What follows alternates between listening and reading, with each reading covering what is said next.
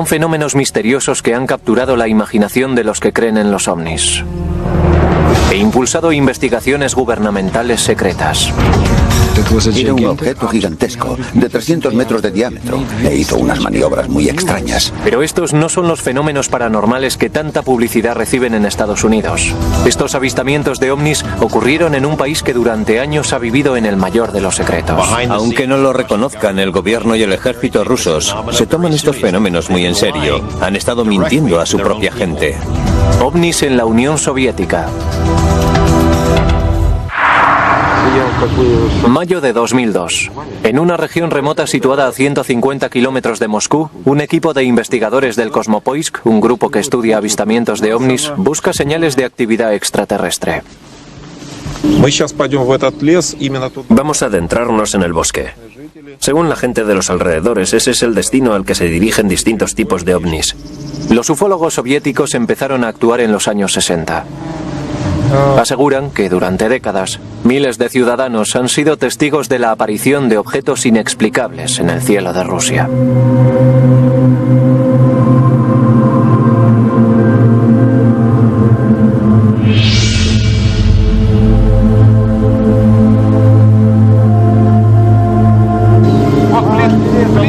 Hoy los ufólogos rusos trabajan a la luz pública e informan libremente de sus descubrimientos.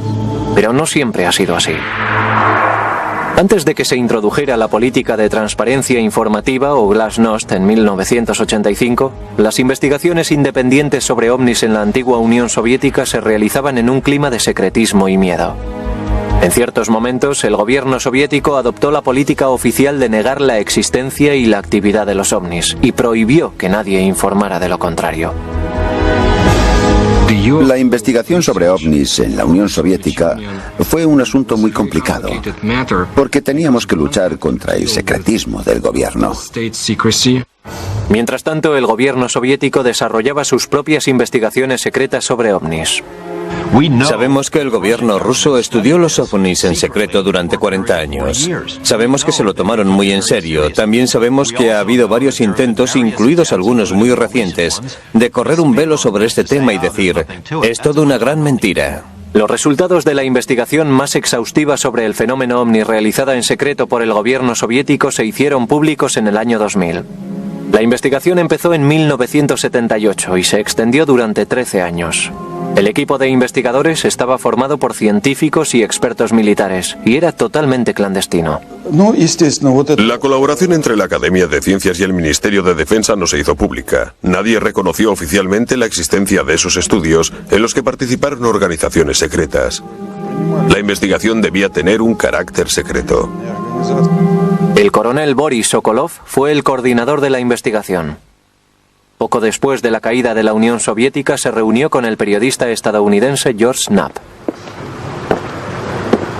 Sokolov nos dijo que al igual que ocurría en Estados Unidos, entre el 90 y el 95% de estos casos podían tener una explicación lógica, pero el 5 o 10% restante no podía explicarse con tanta facilidad. El estudio soviético, de 13 años de duración, investigó algunos de los avistamientos más sorprendentes de la historia de Rusia. En 1968, un cámara que grababa el vuelo de prueba de un caza soviético vio un gran objeto triangular en el cielo. Enfocó el objeto con su cámara y lo grabó.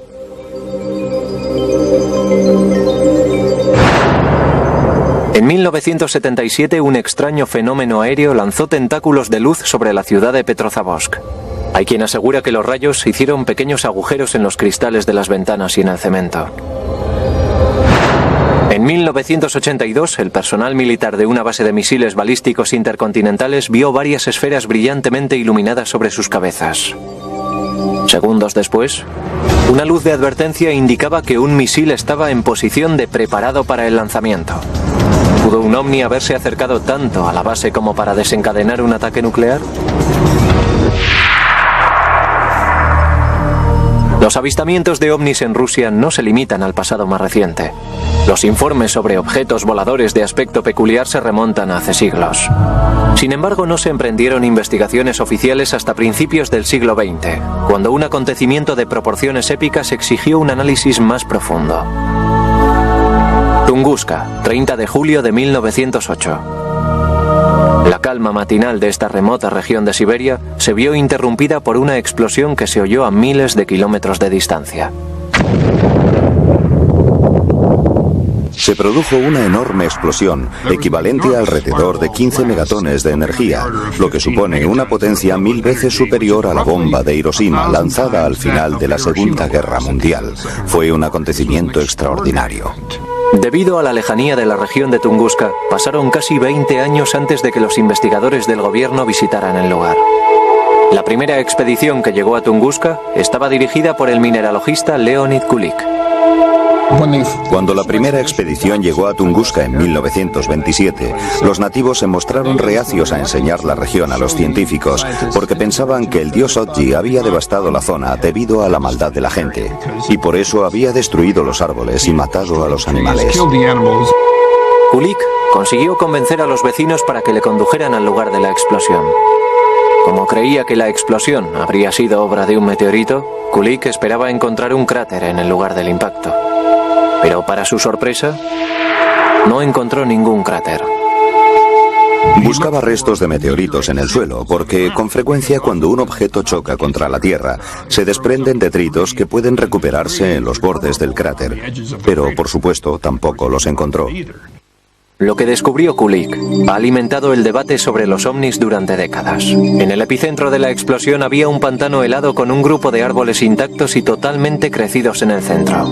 La arboleda estaba rodeada por 10 millones de árboles muertos que formaban un anillo simétrico y parecían haber sido talados por una guadaña cósmica. Así que tenemos una explosión que no ha dejado ni un cráter ni fragmentos de meteorito en los alrededores. Solo un círculo de árboles quemados y derribados que se extiende casi 30 kilómetros en todas direcciones. En años posteriores, otros científicos viajaron a Tunguska a estudiar este extraño fenómeno. Puede que sean los frutos obtenidos por el trabajo de otra expedición enviada a finales de los años 40 por la dirección de la policía secreta soviética. Pero todo lo que sabemos es que dicha expedición existió. Lo que no sabemos es qué ha sido de los objetos y la información que recogió. El desconcierto de los científicos aumentó al saber que se habían producido daños por radiación en el lugar de la explosión. También se recibieron noticias de que algunas plantas habían experimentado mutaciones y parece ser que algunas personas sufrieron ciertos daños en sus genes.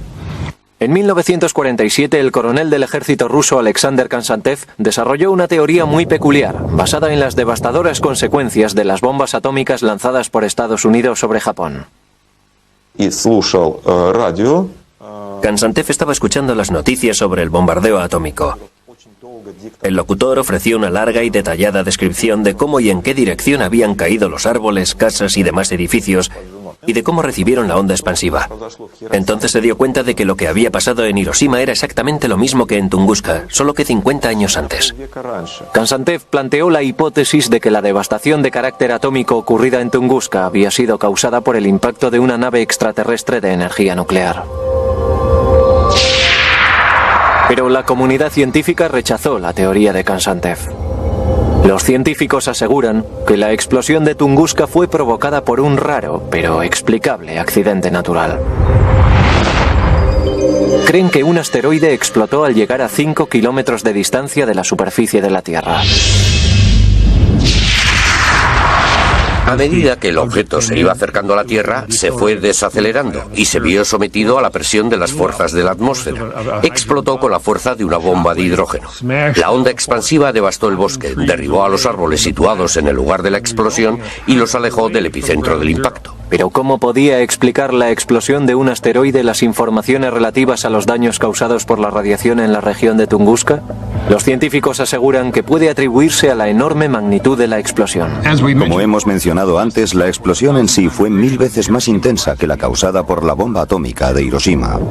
La explosión pudo haber generado una serie de partículas cargadas que se desplazan a alta velocidad y que podrían haber sido la causa de algunas de las mutaciones en la estructura genética de plantas y animales. Pero las explicaciones de los científicos siguen sin satisfacer a la mayoría de los ufólogos.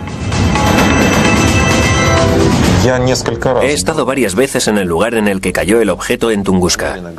Como verá, he dicho objeto y no meteorito. Porque el impacto de un asteroide, un cometa o cualquier otro cuerpo natural no puede provocar esas consecuencias. Varias expediciones encontraron cosas que no pudieron explicar. Había gente que decía que las pruebas sugerían que se trataba de alguna clase de nave extraterrestre. Es la típica explicación mágica que se da cuando se carece de conocimientos científicos para entender los fenómenos físicos y astronómicos. A lo largo del resto del siglo XX continuaron las explicaciones mágicas de los objetos volantes no identificados que sobrevolaron Rusia. En una ocasión, un supuesto ovni sirvió para sacar a la luz un proyecto militar soviético del máximo secreto.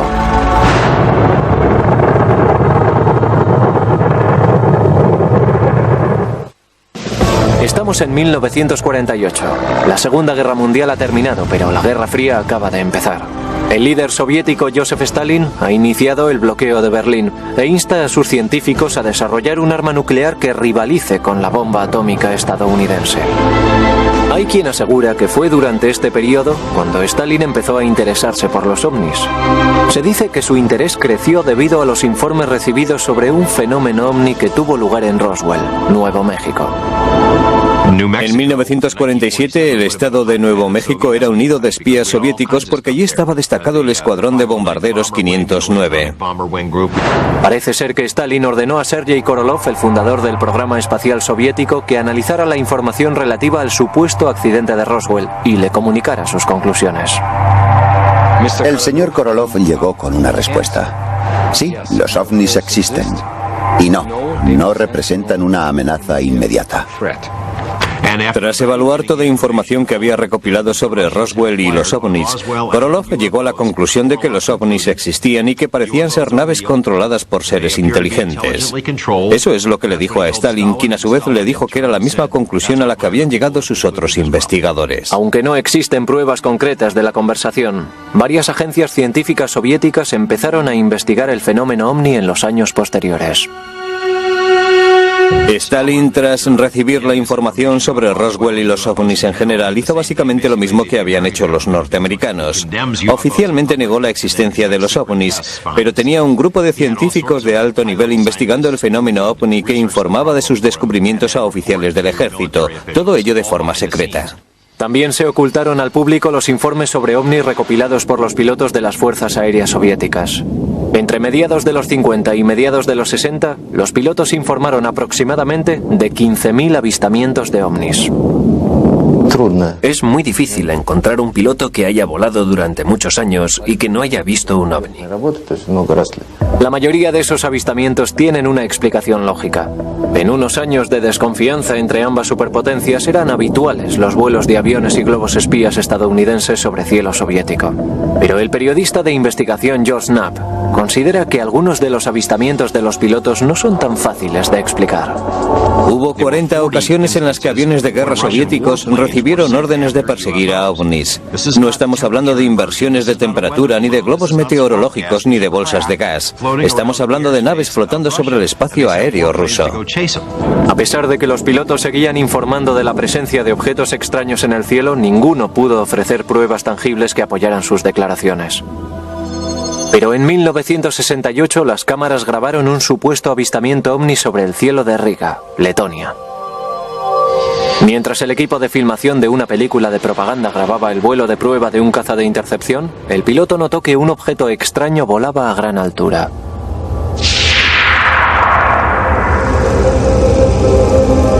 De repente el piloto gritó: «¡Atención! ¡Grabad eso!». Miramos hacia arriba y vimos un triángulo que estaba a gran altura. Varios cazas despegaron para investigar el caso, pero el objeto desapareció rápidamente detrás de una nube y no volvió a ser visto. Posteriormente se calculó que la nave estaba volando aproximadamente a 11.000 metros de altura. La grabación fue enviada al Kremlin, que la ocultó al público durante años. Se lo tomaron muy en serio. Y digo eso porque se llevaron la grabación. Fue declarada de alto secreto. Solo últimamente ha sido posible visionar la grabación incautada. Mientras algunos expertos aseguran que la grabación es una prueba concluyente de la existencia de ovnis, los escépticos defienden que fuese un globo de investigación de origen francés. Mientras el secretismo envolvía todas las investigaciones gubernamentales sobre el fenómeno ovni, un ejército clandestino de ufólogos soviéticos empezó a formarse en la Unión Soviética. También ellos mantuvieron sus estudios en secreto. Los rusos que estudiaron a los ovnis durante ese periodo aseguran que se sentían seriamente amenazados por el gobierno soviético, puesto que estaban haciendo algo que su gobierno desaprobaba. La persona que encabezaba el equipo de investigadores civiles era Felix Siegel, considerado el padre de la ufología soviética. Felix Siegel era un científico soviético. Era doctor en matemáticas y astronomía en el Instituto de Aviación de Moscú. Se dedicó a descubrir por qué volaban objetos extraños por los cielos de su país. Siegel desafió al sistema soviético organizando conferencias sobre fenómenos paranormales, investigaciones independientes sobre ovnis y pidiendo a los ciudadanos soviéticos que informaran de cualquier avistamiento. Sus esfuerzos no estaban exentos de riesgo. No estoy diciendo que encarcelaron a la gente por eso. Pero Siegel sufrió represalias. Fue acosado tanto en su lugar de trabajo, el Instituto de Aviación, como por las autoridades gubernamentales. Siegel y sus investigadores extendieron información sobre avistamientos de ovnis por medio de una red de prensa clandestina, la Samizdat. Publicaciones privadas utilizadas para difundir información. Estaban estrictamente prohibidas por el Kremlin. En aquel tiempo los folletos se imprimían al estilo de la Samizdat. Eran recopilaciones de observaciones y cartas de las que se hacían 5 o 6 copias. Todo ese material se mecanografiaba utilizando papel carbón.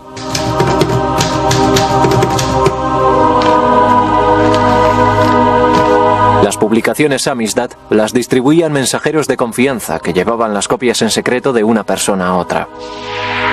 La información sobre ovnis circuló de esta forma clandestina hasta 1967, cuando de pronto dio la impresión de que el gobierno levantaba la censura sobre los ufólogos.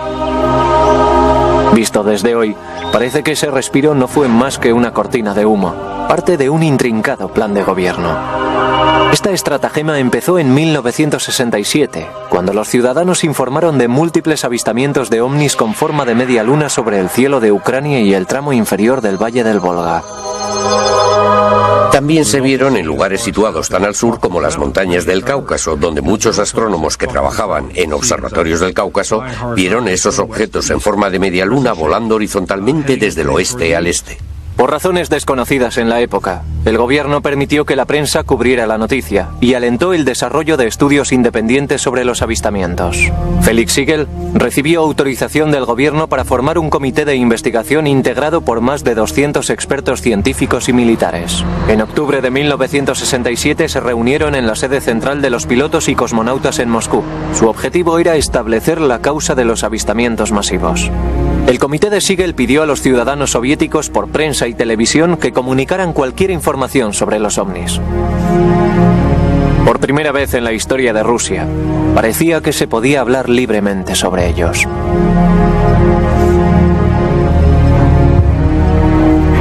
Fue como un soplo de aire fresco.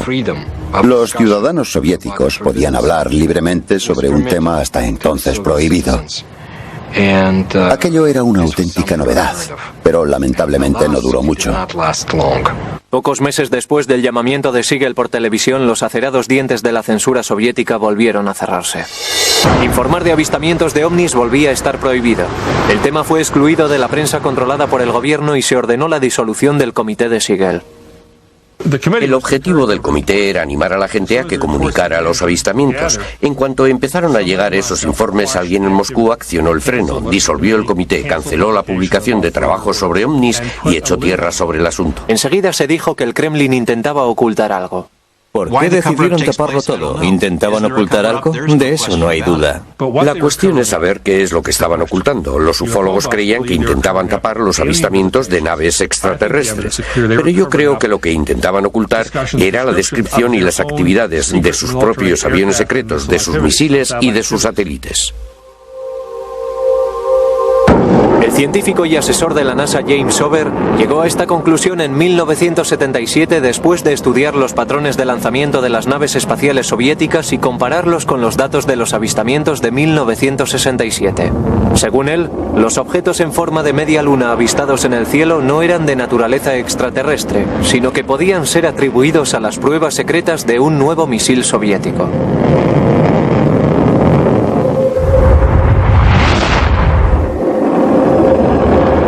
La gente que vivía en la zona veía los cohetes, sobre todo de noche. Veía la estela que dejaban en el cielo e incluso los oía. El gobierno les dijo que ellos no sabían nada y que no tenían nada que ver con aquello, y se convirtió en un fenómeno ovni. Posteriormente bautizado por el Pentágono como Sistema de Bombardeo Orbital Fraccionario, los soviéticos tenían una buena razón para mantener esas pruebas en secreto. Eran misiles diseñados para colarse por debajo de nuestros radares como armas de primer ataque, armas fantasmas que solo construyes si intentas realizar un ataque sorpresa. Además, era ilegal construir ese tipo de armas porque en 1967 Estados Unidos, Rusia y otros países firmaron un tratado que prohibía colocar armas nucleares en órbita. Pero ¿por qué tras prohibir la publicación de información sobre ovnis durante años, el gobierno levantó las restricciones brevemente en 1967? Parece ser que fue un intento deliberado de engañar a sus ciudadanos y a la comunidad internacional acerca de la verdadera naturaleza de los avistamientos. El gobierno soviético no quería que el público supiera lo que estaba pasando y tampoco que los estadounidenses supieran lo que estaban tramando. Fue una tapadera, una especie de maniobra de distracción, porque en caso de tratarse de ovnis, los periodistas occidentales se reirían en vez de investigar. El gobierno soviético prefirió dejar que la gente pensara que se trataba de platillos volantes. La estrategia resultó ser contraproducente cuando la información exhaustiva recogida por el comité de Felix Siegel fue publicada en algunas revistas. El gobierno soviético se dio cuenta de que esas revistas estaban publicando sus secretos militares. No estaban descritos con total exactitud, pero sí eran lo bastante precisos como para servir a la CIA si caían en sus manos. El gobierno ruso dijo «Dios mío» y prohibió la publicación de informes sobre ovnis. Durante 10 años se dejó de hablar públicamente sobre ovnis. Pero eso cambió en 1977, con la aparición de un objeto de aspecto extraño sobre cielo soviético que fue visto por miles de asombrados ciudadanos. Se transformó en una especie de medusa de luz que emitía rayos sobre la ciudad por medio de sus tentáculos. 20 de septiembre de 1977. Antes de que salga el sol en la pequeña ciudad portuaria rusa de Petrozavodsk, una espectacular exhibición de luces aéreas ilumina el cielo. Este hecho se convertiría en uno de los avistamientos ovni más estudiados de la historia soviética. El fenómeno de Petrozavodsk es uno de los fenómenos anormales más importantes que ha tenido lugar en nuestro país. Aproximadamente a las 4 de la mañana, civiles y personal militar vieron enormes apariciones en forma de estrella brillando en el cielo. Mientras volaba por el cielo parecía acercarse a la ciudad y luego se desvió hacia el horizonte. La gente que estaba en la calle vio una especie de medusa brillante cuyos tentáculos salían de un núcleo brillante en forma de platillo volante. El impresionante espectáculo duró aproximadamente 10 minutos. Los testigos aseguraron que el avistamiento fue acompañado por una serie de sucesos extraños que ocurrieron en el suelo. Se informó de todo tipo de fenómenos. Olía a ozono, los ordenadores se bloquearon y los conductores perdieron el control de sus vehículos. Puede que el fenómeno más difícil de explicar fuera la aparición de agujeros perfectamente cortados en las ventanas y rocas de la ciudad. No hay ninguna explicación para ese hecho, pero la conexión es directa en cuanto a parámetros temporales. No había agujeros antes del avistamiento, aparecieron después. Era imposible negar el avistamiento de Petrozavodsk, puesto que los testigos se contaban por miles. Aunque el avistamiento seguía constituyendo un misterio para los ciudadanos soviéticos, el asesor de la NASA James Over no tardó en descubrir su origen. Debido a mi relación con el programa espacial y a mi conocimiento de satélites y cohetes, pude descubrir lo que pasaba en cuestión de horas. Esa mañana se produjo el lanzamiento de un cohete desde un centro espacial secreto situado al norte de Moscú, en el mismo instante en que la gente veía el ovni. La imagen con aspecto de medusa fue provocada por el lanzamiento del satélite espía Cosmos 955. Los rayos del sol que estaban a punto de salir, al iluminar por detrás la estela del cohete, produjeron el efecto de la medusa con tentáculos observada por los testigos. Esto es lo que básicamente denomina la pistola humeante de la ufología soviética. Lo llaman el ovni medusa porque la estela dejada por los motores del cohete brilló de manera especial debido a la luz del sol naciente. Al igual que en anteriores avistamientos masivos, el gobierno tenía buenas razones para ocultar la verdad a sus ciudadanos. El satélite fue lanzado desde un centro espacial secreto llamado Plesetsk, una de las bases secretas de misiles repartidas por la Unión Soviética. La mayoría de los ufólogos aceptaron el lanzamiento del satélite como la causa del efecto visual aéreo, pero muchos aseguran que esa teoría no explica totalmente el misterio. ¿Qué explicación tiene la aparición de algunos haces de luz que quemaron los cristales? Cuando analizaron los cristales en el Instituto de Meteorología de Moscú, llegaron a la conclusión de que los agujeros eran resultado de que el cristal de las ventanas era defectuoso. No se trataba más que de un defecto técnico. No creo que el lanzamiento de un satélite militar secreto explique los agujeros producidos en los cristales. Mi opinión personal es que esos efectos no fueron obra de ninguna tecnología humana. Se redactaron algunos informes que hablaban de agujeros perforados en ventanas y en piedras del pavimento. He visto esos informes y no puedo explicarlo. Todos esos fenómenos e informes adicionales son típicos de lo que ocurre cuando la gente ve algo asombroso en el cielo y mira a su alrededor buscando pruebas que corroboren lo que ha visto. La mayoría de las veces son irrelevantes e imaginarias. Es posible que los agujeros misteriosos no puedan ser explicados jamás, pero el avistamiento de Petrozavodsk tuvo consecuencias mucho más profundas en el seno del Kremlin. El resultado final de este avistamiento fue la decisión del gobierno soviético de crear un programa secreto para estudiar a los ovnis. En las semanas que siguieron al avistamiento de Petrozavodsk, varios países europeos, preocupados por la naturaleza del hecho, pidieron explicaciones a la Academia de Ciencias Soviética. En respuesta, la Academia de Ciencias solicitó permiso al Kremlin para iniciar una investigación de máximo secreto sobre sucesos anómalos. Aunque eran conscientes de que la mayoría de estos sucesos no eran de naturaleza paranormal, los científicos admitieron en su solicitud que no podían proporcionar una base científica a todos los avistamientos de ovnis. La Academia de Ciencias tampoco puede ignorar ni explicar fenómenos paranormales similares al observado en Petrozavodsk en septiembre de 1977. El programa fue organizado para demostrar que no conocíamos las respuestas a esas preguntas y que las estudiaríamos desde un punto de vista científico. Así fue como empezó su trabajo en la Unión Soviética el programa científico oficial para estudiar fenómenos anormales y objetos volantes extraterrestres. En 1978 comenzó oficialmente la investigación, que posteriormente fue conocida como Instituto 22. El estudio duró 13 años y se realizó de forma totalmente secreta. Pero ¿por qué el gobierno soviético invirtió tiempo y dinero en investigar un fenómeno del que ya conocía el origen? No debería sorprendernos que el ejército soviético, aunque conociera la naturaleza de la mayoría de estos informes, decidiera investigarlos. Por regla general, los soviéticos espiaban entre ellos con tanto fervor como espiaban a Occidente. Si ya sabían que eran pruebas de misiles, ¿por qué tuvieron que realizar un estudio secreto a nivel nacional? Los resultados de ese estudio no iban a ser publicados en ninguna parte porque eran secretos, así que no tiene sentido. Mientras aún continuaba el debate sobre las razones del estudio, no hay duda de que el alcance de la investigación era muy amplio. La investigación del Instituto 22 fue dirigida de forma conjunta por la Academia de Ciencias y el Ministerio de Defensa.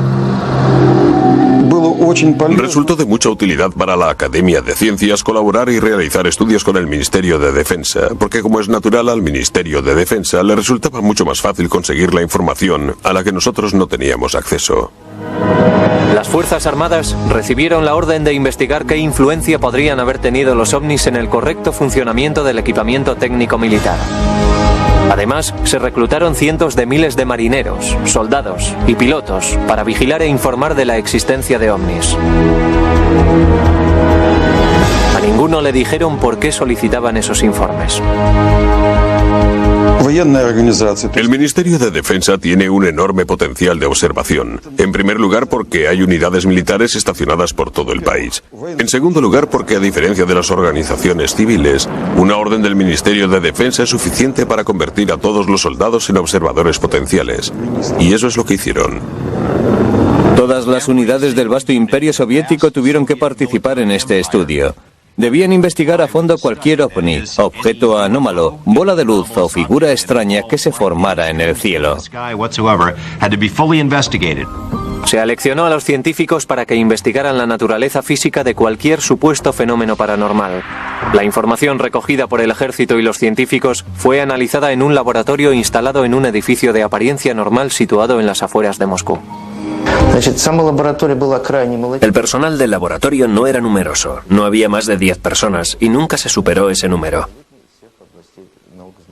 Pero se trataba de especialistas en todos los campos, desde físicos a expertos en radioelectrónica, meteorología y astrogeofísica. Estaban representadas prácticamente todas las especialidades de la ciencia y se investigó el fenómeno ovni desde todos los ángulos posibles.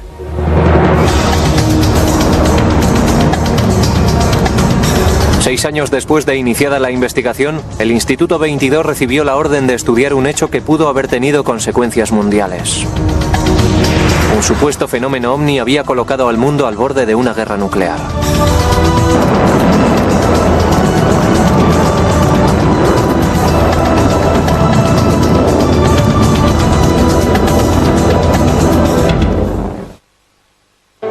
A principios de los años 80, las relaciones entre la Unión Soviética y Occidente eran muy tensas. La era de la distensión había terminado y Rusia estaba repleta de silos de misiles balísticos intercontinentales. En todos ellos había armas nucleares que apuntaban a Occidente. Fue en uno de esos silos en el que un fenómeno ovni provocó el pánico nuclear. Hoy este silo de misiles situado en Ucrania está abandonado. Fue desmantelado en cumplimiento del Tratado de Reducción de Armas Nucleares firmado por Estados Unidos y la Unión Soviética. Pero en 1982 algo fue terriblemente mal en este silo.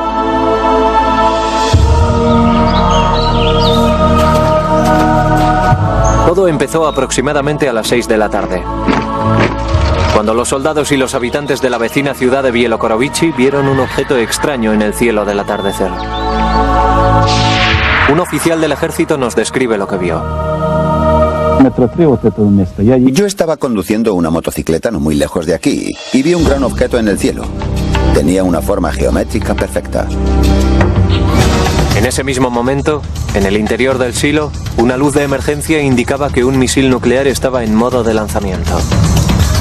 El testimonio más revelador es el del oficial de comunicaciones, quien dijo que de alguna manera algo había introducido el código correcto. Pero Moscú no había ordenado ningún lanzamiento, ni ninguna persona del búnker había tocado el panel de control. Durante 15 agonizantes segundos los técnicos intentaron por todos los medios detener el lanzamiento. De pronto, sin ninguna explicación, la secuencia de lanzamiento se abortó.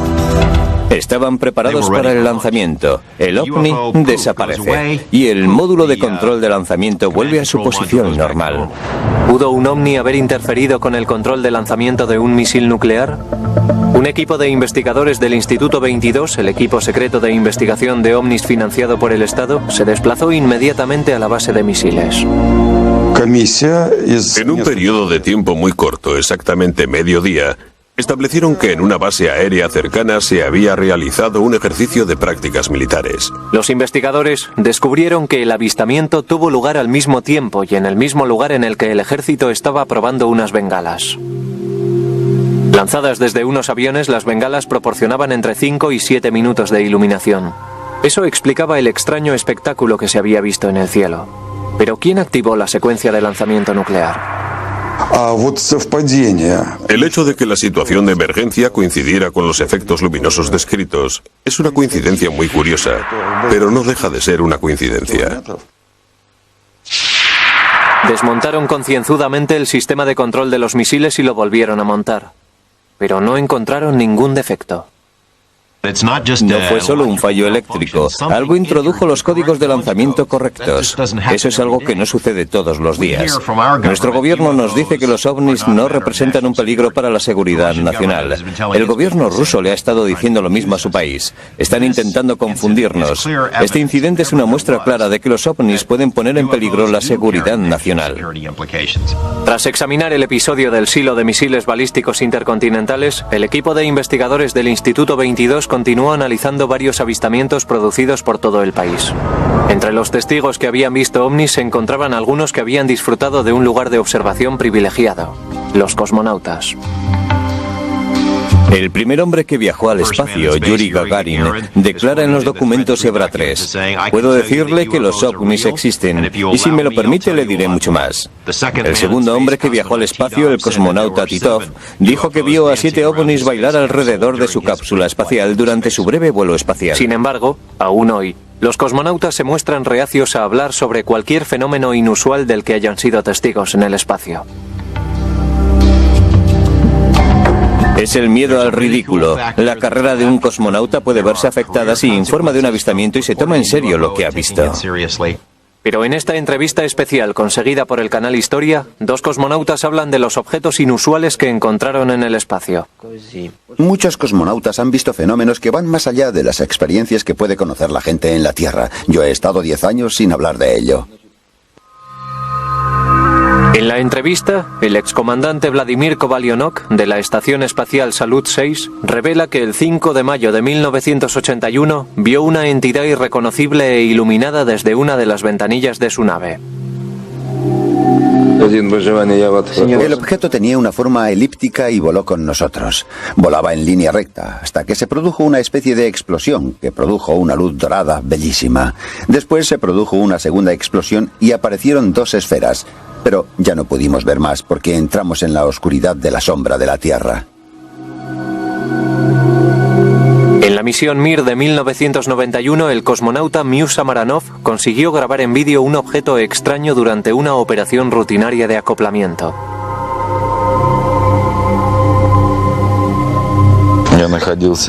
Estaba mirando por la ventana más grande. Estaba justo enfrente de mí. Yo estoy familiarizado con toda clase de naves espaciales, pero esa era diferente.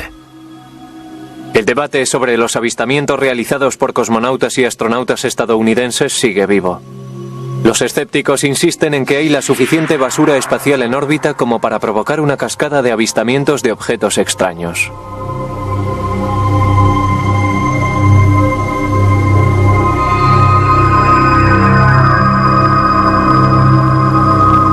Mientras los cosmonautas seguían con sus vuelos espaciales, la Unión Soviética experimentó muchos cambios en la década de los 90. Tras el derrumbamiento de las murallas del comunismo, el ufólogo estadounidense George Knapp viajó a Rusia con la esperanza de descubrir los secretos que ocultaban los soviéticos sobre encuentros con extraterrestres. Lo que encontró fue sorprendente. Conseguimos acceder a cientos de páginas de información clasificada.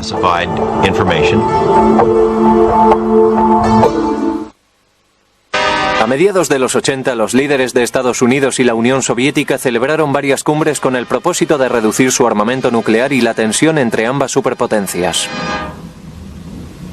Poco después de una de esas reuniones, el presidente Ronald Reagan declaró que Mikhail Gorbachev y él habían hablado sobre los encuentros con extraterrestres. I couldn't help but say to him, just think how easy his task and mine might be in these meetings that we held. If suddenly there was a threat to this world from some other species, from another planet, outside in the universe, we'd forget all the little local differences that we have between our countries. Reagan realizó 5 declaraciones públicas, incluida una ante las Naciones Unidas, en las que venía a decir que si los ovnis representaran una amenaza para la Tierra, todos los países deberían unirse. Y Gorbachev le respondió que sí, que se unirían todos. El telón de acero se derrumbaba gracias a la perestroika y el glasnost. Tras el colapso de la Unión Soviética llegó una nueva era de apertura a Rusia. A miles de kilómetros de distancia, en Las Vegas, Nevada, el periodista de investigación George Knapp, que había estudiado muchos fenómenos ovni en Estados Unidos, se dio cuenta de que era el momento perfecto para examinar los expedientes rusos. 3 years ago, we have succeeded in obtaining several hundred pages of secret Russian UFO documents and photos. Other Western journalists followed. Today, it's a new ballgame. The lid has been dropped on government UFO files, although there is still plenty of information to be found. Se me ocurrió que podía ser el momento adecuado para intentar descubrir qué es lo que sabían los rusos sobre los ovnis. Fueron unos tiempos llenos de confusión, pero como periodista fue maravilloso estar allí. En 1993, Knapp viajó a Rusia y conoció a Boris Sokolov, el coordinador del Instituto 22. Como muchos de los proyectos científicos de la época financiados por el gobierno había retirado su financiación y el proyecto había sido abandonado. Sokolov proporcionó a NAP algunos de los expedientes sobre ovnis desclasificados más recientemente, expedientes que contenían información sobre los casos de más difícil explicación. De los miles de expedientes, Sokolov había seleccionado los más interesantes. Estaban guardados en sus carpetas y nosotros pudimos acceder a ellos y traerlos aquí. Colonel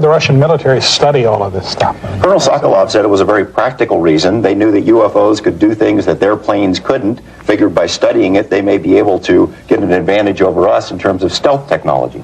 Al regresar a Estados Unidos, NAP publicó algunos de los expedientes, lo que hizo que el coronel Sokolov fuera ridiculizado en su país. Oficialmente Rusia era una democracia, pero los comunistas seguían teniendo mucha influencia. Los periódicos comunistas le atacaron abiertamente por traicionar a la madre Rusia. Pero el escarnio público al que fue sometido Sokolov fue sin duda menos severo que las consecuencias que hubiera tenido que arrastrar en la vieja Unión Soviética. Mi amigo me lo explicó así: si hubiera ocurrido hace 5 años nos habrían encarcelado, y si hubiera ocurrido hace 10 años nos habrían fusilado por publicar esos secretos. Pero en 2000, el relajado clima político de su país permitió que Sokolov y el científico Yuli Platov publicaran un informe con los descubrimientos del Instituto 22. Titulado Historia de la investigación estatal sobre ovnis en la Unión Soviética, en el informe se decía que entre el 90 y el 95% de los 3.000 avistamientos de ovnis investigados podían ser atribuidos a fenómenos en los que intervenía el hombre, la mayoría lanzamientos de misiles y globos de investigación. El 5 o 10% restante no podía explicarse con tanta facilidad, pero en ningún caso se atrevían a asegurar que se tratase de fenómenos interdimensionales ni de extraterrestres que vinieran del futuro. El caso es que antes los ufólogos más entusiastas afirmaban que todo lo que habíamos visto era debido a contactos con civilizaciones extraterrestres. Pero eso no era cierto. Resultó que solo un porcentaje muy pequeño de los avistamientos resultaba inexplicable. Pero en un país en el que durante tanto tiempo se habían suprimido el diálogo y la información, muchos ufólogos se preguntaban si el informe revelaba toda la verdad. Hay un enorme tesoro escondido de documentos del KGB sobre este tema que nadie ha visto hasta ahora.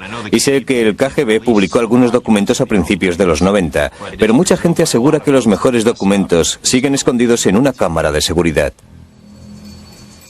¿Qué pasó con los expedientes? ¿Quién los guarda? Hasta que no los estudiemos por nosotros mismos, no podremos asegurar que lo que dicen los señores Platov y Sokolov sea cierto. Es probable que nunca se sepa con exactitud cuántos expedientes ovni soviéticos siguen clasificados o qué es lo que contienen. La mayor parte de la comunidad científica duda de que exista alguna prueba concluyente en esos expedientes secretos. En Rusia los rumores y las medias verdades siguen teniendo mucha importancia porque en los días de la antigua Unión Soviética era ilegal hablar de muchas cosas. Así que sustituyeron la realidad por una mitología muy rica. Los ovnis formaron parte de esa mitología y aún hoy sigue siendo un tema muy importante. Pero muchos entusiastas del fenómeno ovni se muestran escépticos.